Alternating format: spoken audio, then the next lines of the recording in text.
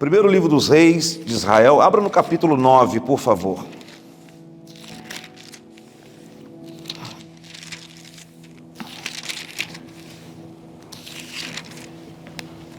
Versículo 26. Primeiro livro dos reis de Israel, capítulo 9. Versículo 26. Nós vamos ler o 26, 27 e 28. Quem achou, diga amém. Amém. Diz assim um texto sagrado: o rei Salomão também construiu navios em Ezion-Geber, que fica perto de Elate, na terra de Edom, às margens do Mar Vermelho. Eirão enviou os navios e os seus marinheiros, homens experientes, que conheciam o mar, para trabalharem com os marinheiros de Salomão. Navegaram até Ofir e trouxeram de lá 14.700 quilos de ouro para o rei Salomão. Agora, por gentileza, vire algumas páginas, primeiro livro dos reis, capítulo 22.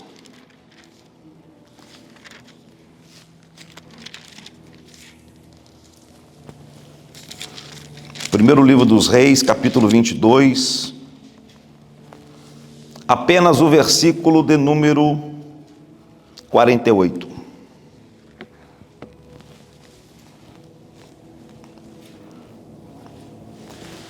Diz assim o texto: Josafá construiu uma frota de navios mercantes para buscar ouro puro em Ofir, mas nunca o trouxeram, pois eles naufragaram em Ezion-Geber.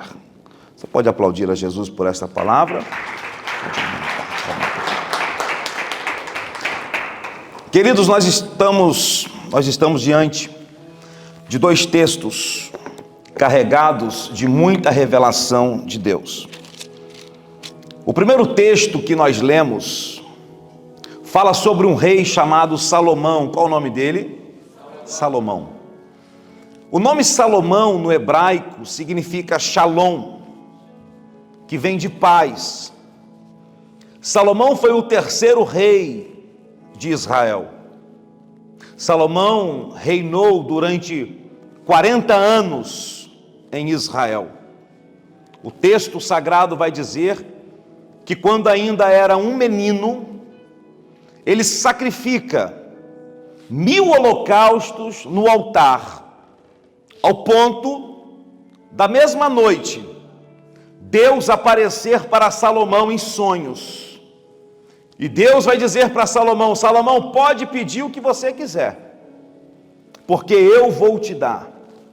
Os irmãos conhecem a história. Salomão não pede riquezas, muito menos mulheres. Salomão não pede a cabeça dos seus inimigos, mas Salomão vai pedir sabedoria para governar a nação de Deus. E Deus vai dizer: Salomão, gostei. Você não me pediu riqueza, muito menos fama, não pediu mulheres, então eu vou te dar sabedoria, e vou te acrescentar tudo isso que você não me pediu. E tem um detalhe, Salomão: nenhum rei antes de você teve igual, e nenhum haverá igual a você. Vou fazer de você um excelente rei, um grande rei para a nação de Israel. E com isso a Bíblia Sagrada vai dizer que a fama do rei Salomão se espalhou por toda a terra, ao ponto de Salomão administrar Israel com muita sabedoria. A Bíblia vai dizer que Salomão foi um homem muito rico, muito próspero. Ele constrói, Natália, um lindo palácio para Deus. Salomão, Isaac, ele investe em obras públicas. Salomão, Lauzi, desenvolve um grande comércio internacional. Mas o maior sonho do rei Salomão foi exatamente o sonho do seu pai Davi. Do seu pai, que era Davi. Qual era o maior sonho de Salomão? Construir um templo para Deus, e exatamente em Jerusalém. Salomão usa muitas coisas para a construção do templo. Só que uma das coisas que Salomão usa é exatamente o ouro puro de Ofir. Eu disse que o ouro é puro de onde? De Ofir. O texto que nós lemos em 1 Reis, capítulo 9, a partir do verso 26, vai dizer que Salomão construiu navios em Ezion-Geber e enviou para Ofir, e trouxe de lá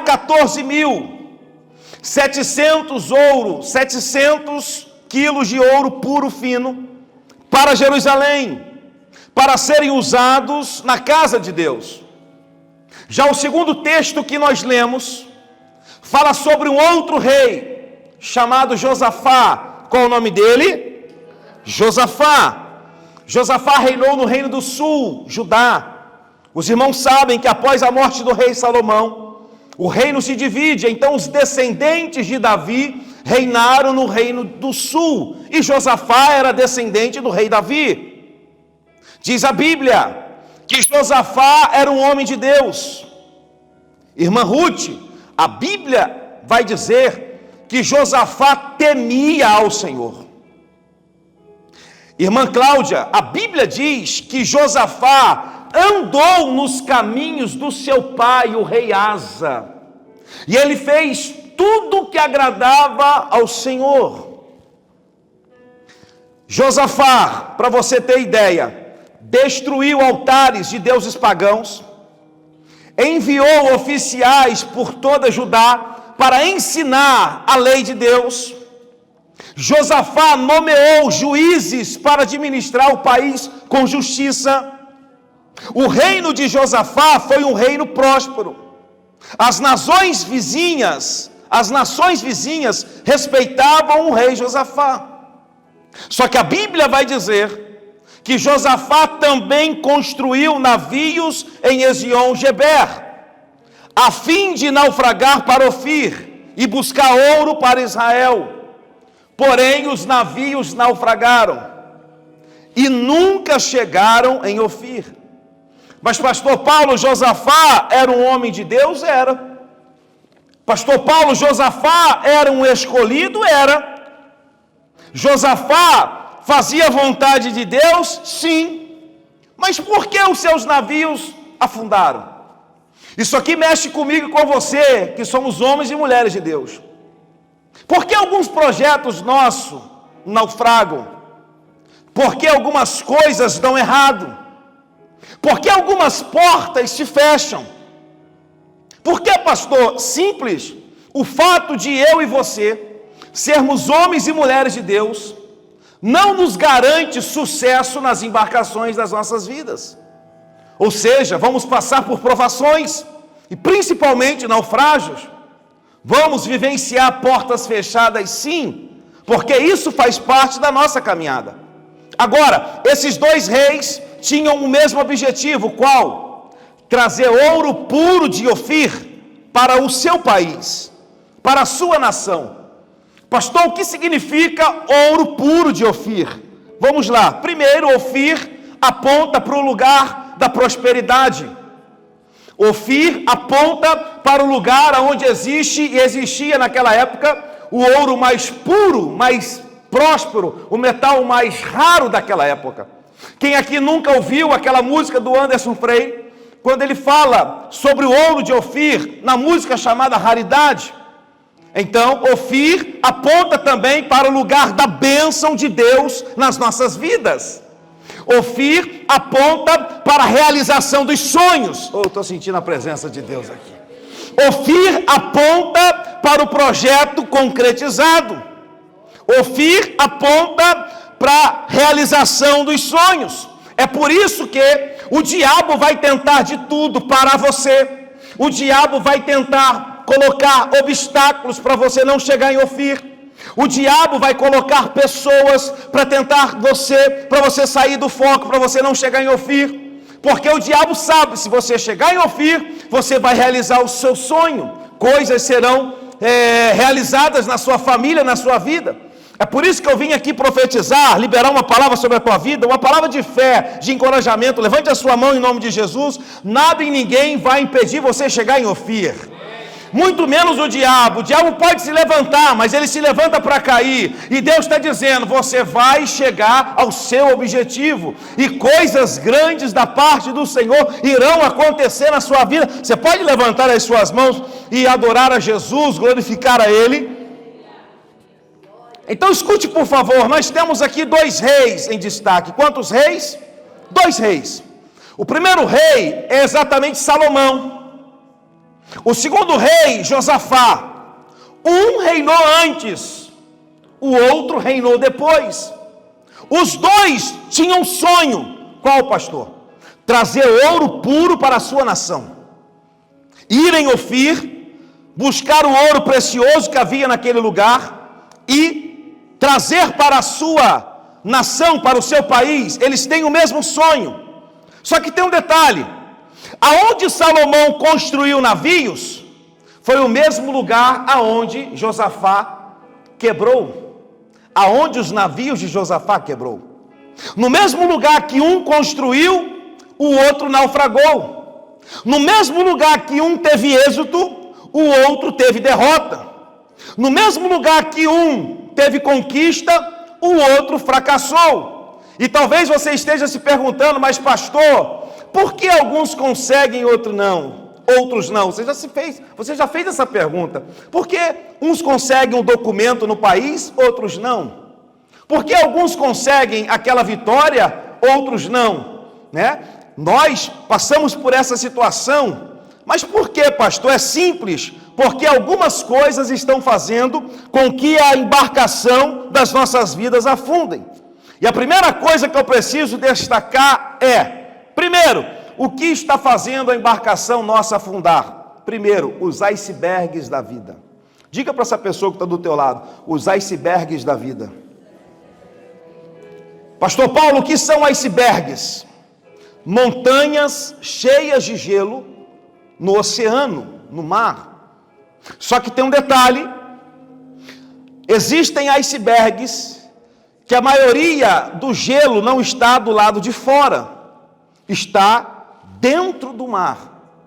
E isso aqui é um problema, porque quando existe somente uma ponta, uma pequena parte do gelo fora, a gente olha e a gente diz assim, dá para passar, dá para ir, só que a gente tem que tomar cuidado, porque esses icebergs podem afundar a nossa embarcação. É a velha história do nada a ver. Pastor, não tem nada a ver fazer isso.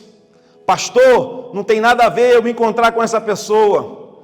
Pastor, não tem nada a ver eu ir naquele lugar. E o nada a ver está levando muita gente para o inferno. Então existem icebergs que estão fazendo com que as embarcações afundem. É por isso que existem pessoas com as vidas frustradas, porque não deram crédito aos icebergs da vida. Existem pessoas com planos frustrados, porque não desviaram dos icebergs. Eu me recordo na minha cidade, eu ia pregar muito numa Assembleia de Deus, de uma pastora muito amiga minha, de um pastor amigo meu.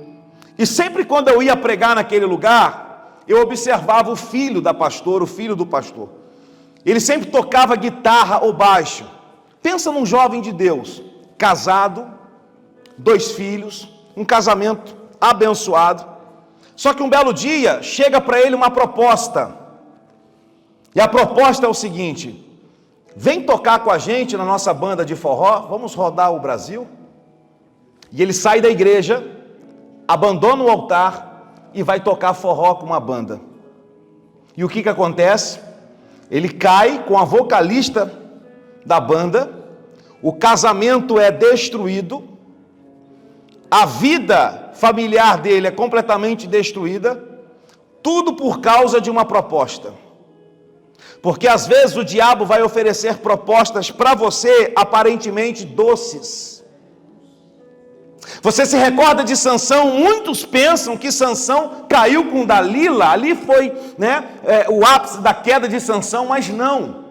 Sansão começou a cair quando ele colocou a mão em uma colmeia de mel. E ela estava dentro de quê? De um animal morto. E Sansão era nazireu, não podia tocar em coisa morta, não podia passar navalha na sua cabeça e não podia colocar bebida forte na sua boca. Mas ele toca em algo aparentemente doce. E o diabo, não se engane, o diabo sempre vai colocar na sua frente coisas doces para você cair. Só que no final, você vai provar o amargo. Mas Deus me trouxe aqui nessa noite, levante a sua mão, porque a palavra é uma palavra profética, mas também é uma palavra de alerta. E Deus está dizendo, cuidado aonde você está colocando a sua mão, cuidado com as propostas do diabo, cuidado com quem você está andando, cuidado com os icebergs da vida. Se der para você desviar, vai embora, desvia, mas não entra, porque a furada, o seu navio pode afundar. Uma outra coisa muito importante que eu preciso destacar, pastor, por que as nossas embarcações afundam? Vamos lá, porque nós não ouvimos conselhos, nós não ouvimos uma palavra pastoral, a gente não ouve um conselho de um pai. Eu já vi de adolescente, que coroa chato, a gente não ouve conselhos de quem tem experiência, quem pode nos ajudar, quem vai dar uma palavra, que vai nos direcionar. Tem gente que a água está entrando no barco, o barco está afundando, Deus está usando as pessoas, Deus está usando pessoas, e as pessoas não estão dando ouvidos, e o barco está só afundando. São famílias destruídas, são casamentos destruídos, tudo porque não estão ouvindo. Você se lembra do Titanic? O Titanic foi construído para ser o navio mais luxuoso, mais lindo, bem preparado. O Titanic foi construído em 1911. A primeira viagem do Titanic foi programada para 10 de abril de 1912, saindo da Inglaterra e indo até para Nova York. Você sabe quantos avisos emitiram? Você sabe quantos avisos emitiram sobre icebergs no caminho? 6 avisos. E os 6 avisos foram ignorados. Quando o vigia avista o iceberg, não tinha mais jeito, não tinha como desviar. E foi a maior catástrofe, quando a gente fala de acidente marítimo até hoje. Tudo porque não ouviram os avisos que foram emitidos. Sabe o que Deus está dizendo aqui? Passe a ouvir mais as pessoas que estão do teu lado, sua mãe, seu pai, o líder espiritual que Deus colocou sobre a tua vida. Passe a ouvir mais. Ah, pastor, mas você não sabe. Passe a ouvir a sua esposa, passe a ouvir o seu esposo, porque se ele está falando é porque ele quer que você se dê bem. Se ele está falando é porque essa pessoa quer que você chegue longe. Se ele está falando é porque o desejo do coração é que lá na frente você crie mais, tenha mais experiência para você dominar a sua área ministerial, familiar ou até mesmo do trabalho. Nós precisamos ouvir mais. E tudo que o diabo quer é tampar os nossos ouvidos. Levante as suas mãos que eu estou sentindo uma graça de Deus aqui. Semana que vem você vai ouvir uma mensagem evangelística, Santa Ceia, mensagem pastoral. Levante as suas mãos bem alto que eu sinto a graça de Deus aqui. Deus está dizendo essa noite, eu estou abrindo os seus ouvidos, eu estou tirando as vendas dos seus olhos. Não vai ter iceberg que vai parar o teu barco. Oh, levanta a tua mão que eu estou sentindo a presença de Deus aqui. Urabacandarácia. Deus desceu aqui agora, irmão, estou todo arrepiado aqui. E Deus está dizendo aqui, nada e ninguém vai impedir a gente chegar em Ofir.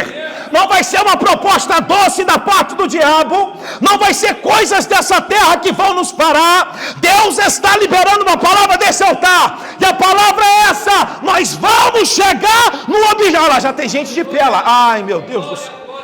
Orabacanduriécia. Levanta a tua mão, pode subir o teclado, que eu estou sentindo algo muito forte aqui. Deus está nesse altar aqui. Levante as suas mãos bem alto, adora Ele, vai. Tira alguns segundos para glorificar a Ele. Peça a Ele que Deus levante pessoas para te ajudar. Peça a Ele que Deus coloque do seu lado pessoas que vão falar com você verdades, para que a nossa embarcação não venha afundar.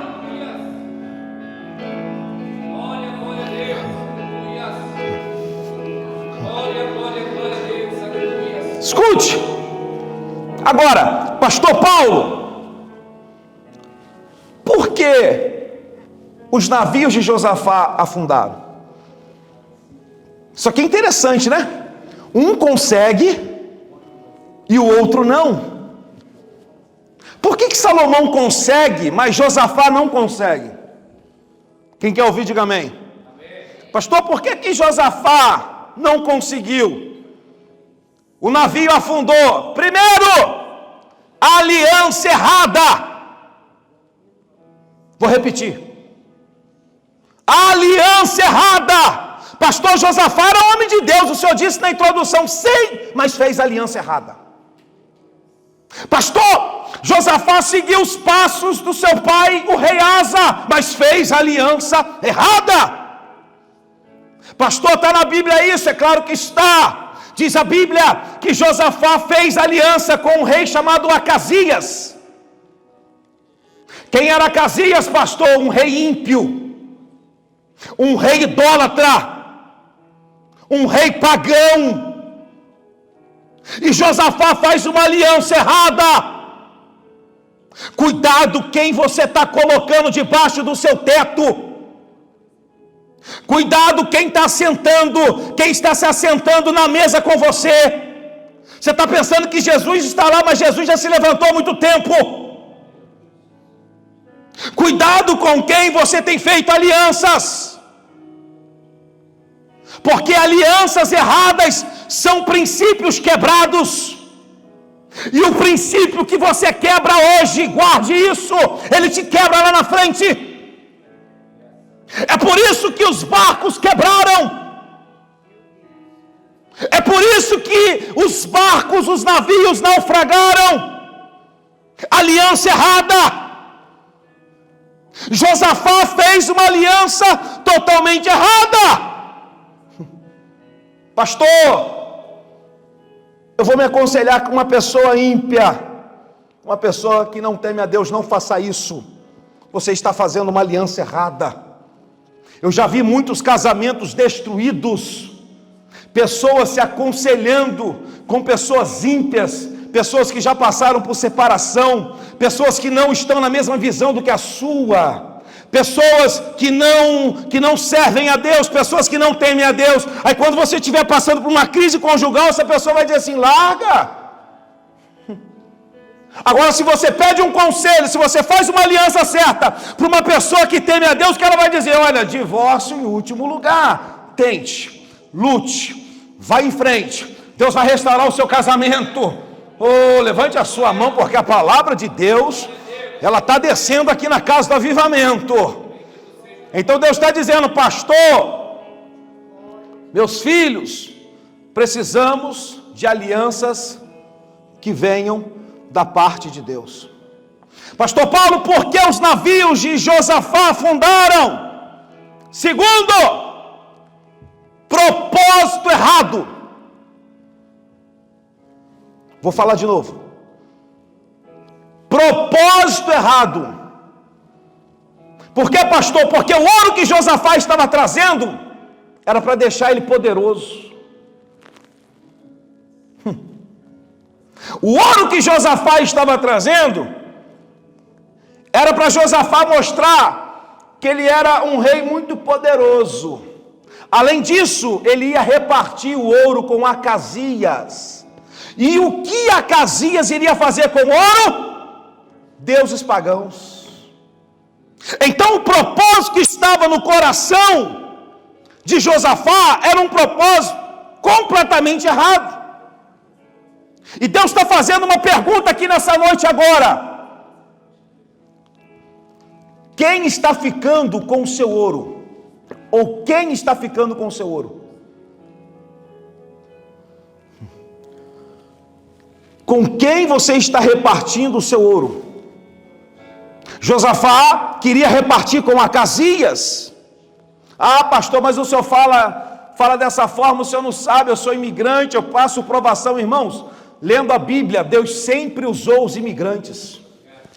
Abraão era imigrante, Isaac era imigrante, Jacó era imigrante, José era imigrante, Moisés era imigrante, até Jesus era imigrante. Ele disse assim: a minha terra não está aqui, o meu propósito está aqui, mas eu sou lá do céu, eu sou lá do céu. Então, diga para essa pessoa que está do teu lado: precisamos saber, diga para ele aí, precisamos entender aonde está indo o nosso ouro, com quem está ficando o nosso ouro. Pastor, mas o inverno é difícil, irmãos. Eu falei aqui de manhã, nós tivemos um culto abençoado, a igreja estava debaixo de uma nuvem profética, como está agora. E eu disse aqui de manhã que muitos reclamam: pastor, o inverno está difícil, as coisas estão difíceis. Eu sei que estão, mas ao mesmo tempo eu vejo muitas pessoas dando testemunho que Deus está abrindo a porta no inverno. E quando a gente vai perguntar, pessoas fiéis, pessoas que estão dando o ouro para a casa de Deus, abençoando o reino de Deus, pessoas que têm feito a diferença, mas pastor, é inverno, mas Deus prospera no inverno. Pastor, é deserto, mas Deus prospera no deserto. Pastor, enquanto isso você vai dando glória, irmão, que eu estou liberando a palavra. Pastor, mas é vale, Deus prospera no vale. Deus prospera no vale. Teve uma vez que eu fui pregar em Boston. Eu recebi um convite para pregar em Boston, e para aproveitar a viagem, fiquei lá 2, 3 semanas com a minha esposa. Eu comecei a fazer contatos, ligar para alguns amigos, e teve uma irmã que me ligou. Ela disse: pastor, o senhor prega em culto no lar? Eu falei: claro, Deus está aí? Ela falou: tá, pastor, pode vir. Eu falei: pode marcar que eu vou. E eu me lembro como se fosse hoje, era um sábado, e ela falou assim: pastor, olha, a situação aqui é difícil, não sei como a gente vai te abençoar. Eu falei: irmã, não se preocupe, o que der para a senhora abençoar, a gente coloca uma gasolina, a gente vai. E eu fechei com ela com bastante antecedência. Aí me ligou um outro pastor, que já me conhecia, eu já tinha pregado na igreja dele. Ele falou assim: pastor Paulo, vai ter um congresso de jovens aqui, eu quero honrar o teu ministério, eu quero abençoar você. Qual é a data, pastor? E foi exatamente a data do sábado do culto do lar. Aí Deus falou comigo: quero ver agora você, o seu coração. Estou provando o seu coração. Eu mantive a minha palavra, liguei para a irmã e falei assim: vou no culto do lar. Liguei para o pastor, falei: pastor, vamos marcar uma outra oportunidade. Não vai dar para mim. Fui pregar no culto do lar, 20 pessoas dentro da casa, mas pensa num dia que eu dei lugar. Molhei o paletó, tinha gente subindo no ventilador. Tinha gente agarrando na cadeira, mas eu pregava, parecia que era 1000 pessoas, mas eu dei o meu melhor, irmãos. E eu fui para Boston com a intenção, falei: Senhor, som do meu coração, eu preciso de um carro novo. Para a gente rodar aqui os Estados Unidos, eu quero ir para a Flórida de carro, eu quero ir para Boston de carro, então eu preciso de um carro novo. Eu tinha um carro 2006, e eu falei: Senhor, me abençoa nessa viagem. E eu fui para essa agenda, irmãos, da casa do culto no lar. E quando terminou o culto, chegou a irmã na simplicidade. Ela: pastor, estou até meio sem jeito. Eu falei: fica tranquila, irmã. Ela falou: pastor, está aqui a oferta. Deu só $45, tá? Não repara. Eu falei: irmã, de coração. Só que no final da mensagem, enquanto eu pregava, eu vi que um rapaz saiu assim, correndo. Eu falei assim: esse camarada não gostou da mensagem. Foi embora. E ele sumiu. Aí eu terminei de pregar, no final do culto, ele veio: pastor, vem cá falar com o senhor. Enquanto você pregava, pastor, Deus tocou no meu coração de te dar uma oferta, porque Deus falou comigo que você precisa comprar um carro novo. E quando ele me deu um envelope, um envelope bem gordo, tava, mal dava para fechar. E eu falei assim: deve ter muita nota de $1 aí, né? Aí quando eu abri, ele falou assim: pastor, eu estou te dando $4.000 para você inteirar, para você comprar o seu carro que você deseja para você fazer a obra. O primeiro carro zero que eu comprei foi aqui na América. Lá no Brasil eu nunca tive carro zero. Peguei o meu carro em 2006, peguei esse dinheiro, peguei mais uma entrada de 2.000, comprei um carro zero que era o Equinox, quitei o carro. Aí o irmão falou assim: pastor, o senhor pode orar o meu estabelecimento? Eu falei, claro, até mesmo se você não me dando uma oferta, eu ia orar, mas depois dessa oferta, como que eu não vou orar? Vamos lá no meu estabelecimento, pastor. Ele começou a contar a história dele. Eu falei, pastor, anos atrás eu vim pelo México, eu passei lá, pastor, na sua terra lá no Texas, e eu fui preso, usei por muito tempo tornozeleira, mas eu ouvi uma palavra nessa nação, pastor, e a palavra era essa: tudo que eu fizesse aqui nessa nação era para que o nome do Senhor pudesse ser glorificado. Pastor, eu sou dizimista fiel, pastor, eu sou ofertante fiel, eu abençoo missionários, eu oferto na vida de pastores, eu honro meu pastor, honro a minha igreja. Pastor, essa empresa que o senhor está vendo aqui, irmãos, ele tem uma empresa de construção gigante em Boston. O cara está muito bem. Ele falou assim, pastor, eu já tenho mais de 4, 5 casas de aluguel. Pastor, hoje eu abençoo países na África. Aí ele falou comigo, sabe por quê, pastor? Porque eu aprendi que tudo que eu coloco no altar, Deus me honra de uma forma sobrenatural. Aí o Espírito Santo falou comigo, tá vendo? Tudo que a gente coloca no altar, o altar não toma, o altar devolve. Queridos, eu falei aqui de manhã que a semente que sai do seu presente, ela garante o seu futuro. Meu Deus, ninguém deu glória. Deixa eu falar de novo. A semente que sai do seu presente, ela garante o seu futuro.